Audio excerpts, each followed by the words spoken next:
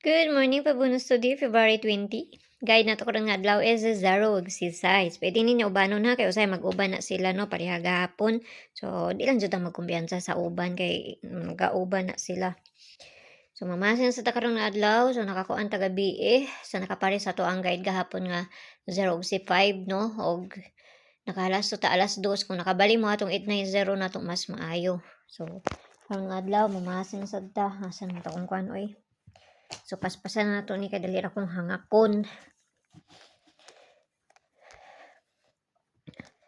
So, itong pabunus sa ito gahapon, 580 ang atong pabunus gahapon, no? So, pwede ninyo naligasan kay basig mo kuan na ron 581 or unsa ikakuan ninyo ana niya, ha? Karon. So, pwede mo ana hantud ugma.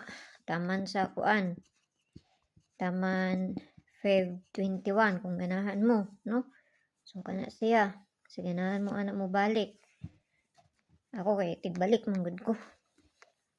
So, for na to gahapon, ayaw mo kalimot ha. Karon nga adlaw, 84, all.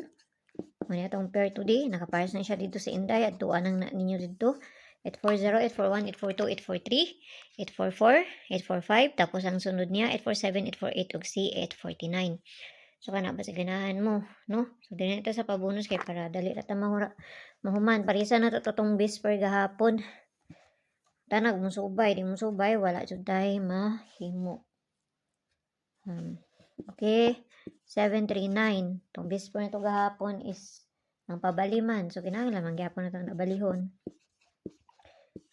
So, kana, kung doon na sa inyo ha.